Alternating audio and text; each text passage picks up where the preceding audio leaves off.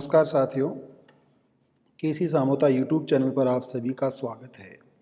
साथियों, आज के व्याख्यान में हम जानेंगे how to write a good answer, एक अच्छा जवाब जो उत्तर है कैसे लिखा जाए।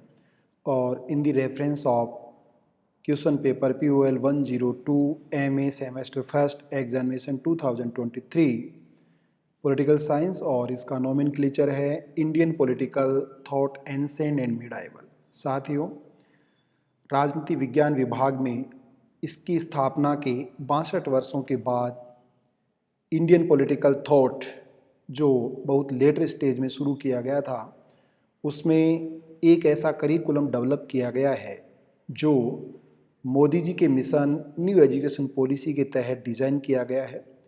Indigenous knowledge of Indian society, जो भारतीय समाज है, उस समाज का जो मौलिक ज्ञान है, जिसे हम बहुजन नॉलेज भी कह सकते हैं, जिसे हम आम भारतीयों का ज्ञान भी कह सकते हैं, जो वैज्ञानिक प्रामाणिक है और जो आज भी अधिकांश ग्रामीण क्षेत्रों में बहुसंख्यक और बहुजनों की जीवन शैली में हमें देखने को मिलता है। तो आइए साथियों, 62 वर्षों के बाद कैसे राजनीति विज्ञान विभाग में एक ऐसा curriculum under the leadership of union government और under the leadership of former convener BOS professor Manju Singh के नेतृत्व में इसको डिज़ाइन किया गया। ये साथियों 2023 का वह पेपर है, क्वेश्चन पेपर, जो एक ऐतिहासिक क्वेश्चन पेपर है और ये हिस्टोरिकल इस सेंस में है कि शायद इसके बाद वर्षों तक ऐसा क्वेश्चन पेपर देखने को नहीं मिले, ये भी हो सकता है। तो इस क्वेश्चन पेपर को हम शुरू करते हैं। उससे पहले मैं आपको बताना चाहता हूँ कि क्या इसका करिकुलम था और उस करिकुलम के हिसाब से क्वेश्चन पेपर पूछा गया है। क्वेश्चन पेपर तो आप देख सकते हैं, ये POL 102 है और ये एग्जामिनेशन 2023 की परीक्षा है। ये प्रश्न पत्र जो है 4 पेजेस में है और ये उसके डायरेक्शन है। 2 भाग हैं, पार्ट फर्स्ट और पार्ट सेकंड। ये तो बेसिक चीज़ है। पार्ट फर्स्ट में जो क्वेश्चन है उन पर हम बातचीत करते हैं। सबसे पहला जो क्वेश्चन है वह क्वेश्चन है, व्हाट इज आदि धर्म? आदि धर्म क्या है? साथियों, आदि धर्म को यहाँ धर्म के रेफरेंस में पूछा गया है और यहाँ धर्म का मतलब जो पाली लैंग्वेज, जो संस्कृत से पुरानी है, प्राकृत भाषा है, उस भाषा साहित्य के इतिहास में जब हम राजेंद्र प्रसाद सिंह की पुस्तक को पढ़ेंगे तो हमें मालूम होगा what is the real meaning और एक्चुअल मीनिंग ऑफ धर्म rather than religion, communal and other sect. धर्म जो है वो धम्म पद से बना है, जिसका मतलब है सत्यता, जिसका मतलब है अच्छाई, जिसका मतलब है हित, परोपकार। धर्म की कोई पहचान नहीं होती। इट मीन्स धर्म हैव नो एनी आइडेंटिटी, कोई उसकी पहचान नहीं, तो सबके लिए एक है। वह मानवता का धर्म है, इंसानियत का धर्म है, वह सब लोगों के लिए है। इसमें कोई भेदभाव नहीं है, न जाति का, न धर्म का, न क्षेत्र का, न भाषा का, न इंसान और पशु का। वह परोपकार, दूसरों के हित में विश्वास करता है, जिसको संस्कृत साहित्य से बात करें, ध्री धातु से बनकर धारण करने योग्य आचरण के नियम, जो हमें नैतिकता का आभास कराते हैं, जो हमें नैतिकता के ऐसे नियम सिखाते हैं जिनका अनुकरण करने से न केवल मानवीय सभ्यता अपितु ये पर्यावरण, ये पारिस्थितिकी सिविलाइजेशन, ये भी कैरी ऑन करती है और ये उसके संरक्षण के साथ साथ संवर्धन का भी कार्य करता है। तो धर्म की वह व्यवस्था जो मानव समुदाय और मानवीय सभ्यता की उत्पत्ति के साथ जुड़ी हुई है, यानी आप कह सकते हो कि बाय नेचर मानव में जो हित करने वाले, जिसको आप सॉल के रूप में कह सकते हो, मन के रूप में कह सकते हो, बुद्धिस्ट के रूप में, कि वह बाय नेचर क्या चाहता है। बाय नेचर अगर वह दूसरों का हित चाहता है, परोपकार चाहता है, भलाई चाहता है, तो उसको आदि धर्म कहा जाता है। तो धार्मिक साहित्य में मानवीय सभ्यता की उत्पत्ति के साथ जुड़ी हुई मानवीय जीवन के आचरण के नैतिकता के नियमों को ही आदि धर्म कहा जाता है, जो दुनिया का सबसे प्राचीन धर्म है, नॉट ए रिलीजन। नंबर 2, दूसरा क्वेश्चन है हु वर आर्यंस, आर्यंस कौन थे? बेसिकली आर्यंस वर ट्राइब कम्युनिटी। उन्होंने बाहरी क्षेत्रों से भारत में प्रवेश किया। इसकी बहुत सी थ्योरी हैं। जो आर्यंस हैं वो इसको स्वीकार नहीं करेंगे, लेकिन जैसे आप Indian political thought a critical survey written by K Damodaran और बहुत से उदाहरण हैं, मैं केवल कुछ प्रमाणों के माध्यम से बताना चाह रहा हूँ कि वे ट्राइब्स थे, वो बाहर से आए और उन्होंने भारत पर जो गैर आर्यंस जिनको कहा जाए, अनार्य कहा जाए या मूलवासी कहा जाए, उनके ऊपर अपनी बुद्धिमत्ता से, डिवाइड एंड रूल की पॉलिसी से, डिज़ाइन पॉलिसी से, क्लेवर पॉलिसी से और तमाम तरह का ट्राइब्स का जो उनका तरीका था, उन्होंने अपनी व्यवस्था को स्थापित किया। अडेप्टेशन की कैपेबिलिटी जो थी उसको डिज़ाइन किया। जो अनार्यों के गॉड थे, गॉडेस थे, उनको अपनाया। यज्ञ की परंपरा को शुरू किया। बहुत सी ऐसी चीज़ें जो घुल मिल गई समय के साथ, तो ऐसे घुलने मिलने का कार्य उन्होंने किया। देवर Aryans according to Gulamgiri written by Jyotiba Phule और K Damodaran, Indian political thought a critical survey. साथियों, तीसरा क्वेश्चन है mention the major sites of और name of cities of Indus valley civilisation. Sindhu घाटी सभ्यता के प्रमुख नगरों के नाम बताइए। वे साइट्स जिसमें आप बेसिक रूप से हड़प्पा है, मोहनजोदारो है, धोलावीरा है, कालीबंगा है, पीलीबंगा है और अलीमपुर है। तमाम तरह के ऐसे कुछ उदाहरण आपको बताने थे जो आप उपिंदर सिंह की किताब जो भारतीय इतिहास प्रारंभ से 12वीं शताब्दी तक की बात उन्होंने लिखी है, उसकी किताब से ये आप अच्छी तरह से जवाब दे सकते हैं। चौथा क्वेश्चन है व्हाट इज वीरप्पा। वीरप्पा क्या? Veerappa was a god of Indus valley civilisations. जो सिंधु घाटी सभ्यता के लोग थे उनके लिए वह लोकल गॉड्स था, वीरप्पा जिसको कहा जाता है।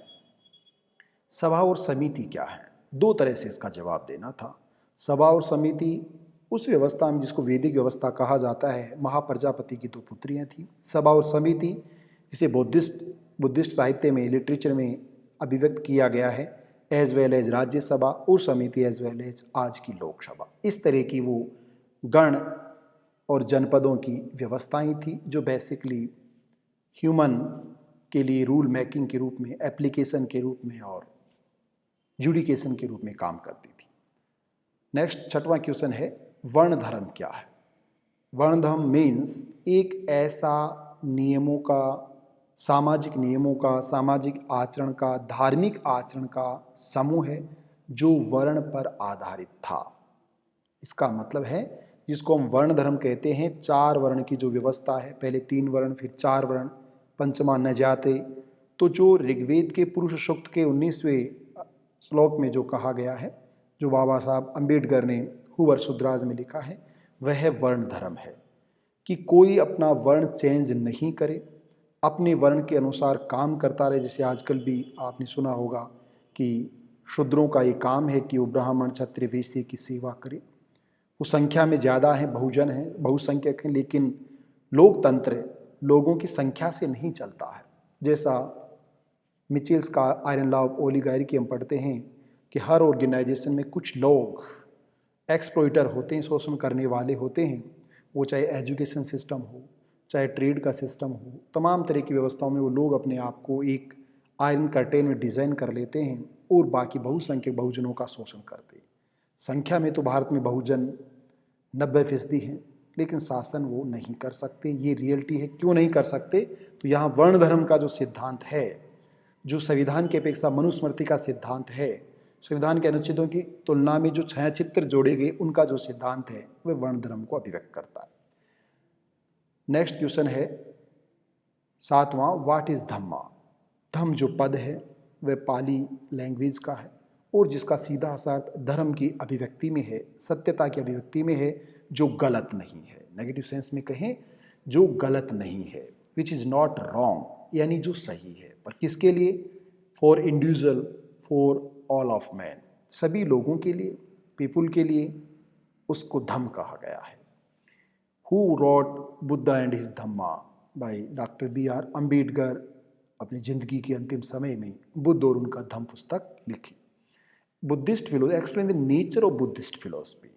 तो बुद्धिस्ट जो दर्शन है, बौद्ध दर्शन है, उसकी प्रकृति को अभिव्यक्त, प्रकृति का मतलब स्वभाव, वह दर्शन जो समानता से, स्वतंत्रता से, न्याय से, भाईचारे से, प्रेम से, करुणा से, दया से, बंधुत्व की भावना से, अहिंसा से जुड़ा हुआ है, वही बौद्ध दर्शन की प्रकृति है।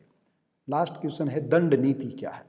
दंड नीति कौटिल्य के अर्थशास्त्र के अनुसार ज्ञान की एक शाखा है जिसे हाउ टू रूल के लिए कंपल्सरी माना गया है कि आप पुलिस शक्ति या पुलिस स्टेट के माध्यम से ही रूल कर सकते हो।